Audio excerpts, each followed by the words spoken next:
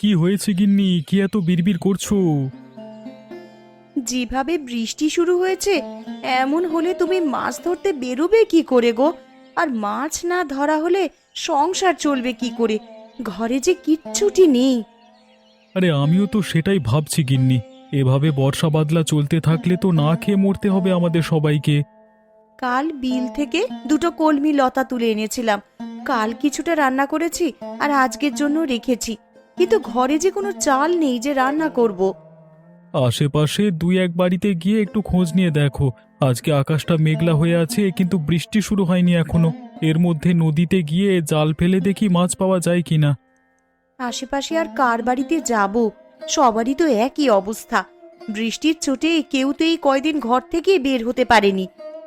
তাহলে তুমি দুটো গমের আটার রুটি বানাও গিন্নি। আজকের রাতটা না হয় আমরা আটার রুটি আর কলমি ডাঁটা সেদ্ধকেই থাকবো। সে না হয় করলাম, কিন্তু যেভাবে বৃষ্টি শুরু হয়েছে, বানের জল ভেসে আসা শুরু হলে তো বন্যা হয়ে যাবে গো। তখনকার জন্যে ঘরে তো কিছু শুকনো খাবার মজুত রাখতে হবে। সেটাও তো আমিও বুঝতে পারছি। এভাবে চলতে থাকলে তো বন্যা হয়ে গেলে না খেয়ে মরবে। আমাকে আমার জালটা এনে দাও তো দেখি। আকাশ ভালো থাকতে থাকতে মাছ ধরতে বেরিয়ে পড়ি।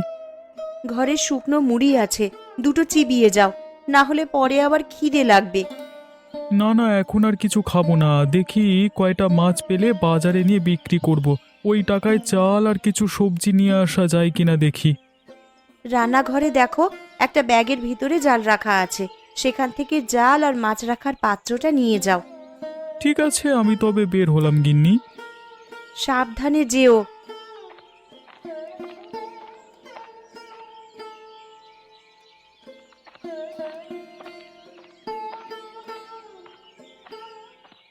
হায় হায় হায় হায়, এ কি হলো আমার? জমিতে যে জল জমতে শুরু করেছে। কিছুদিন হলো কেবল ধান তুলেছি, এখন জল জমলে যে আর গাছগুলো বাঁচবে না, সব জলের নিচে পচবে।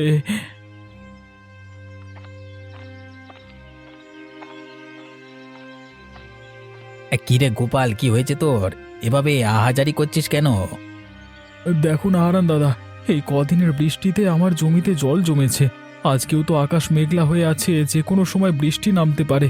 এভাবে চলতে থাকলে তো জমি জলের নিচে তলিয়ে যাবে। আমিও তো আমার জমি দেখে এলাম, আমার জমিতেও তো জল জমছে রে গোপাল। বুঝতে পারছি না কি করব। এমনিতেই বৃষ্টির জন্য মানুষের আয় রোজগারের পথ বন্ধ হয়ে আছে কদিন ধরে। তার উপর আমাদের চাষিদের যদি এই অবস্থা হয়, তাহলে মানুষ খাবে কি আর বাঁচবে কি করে?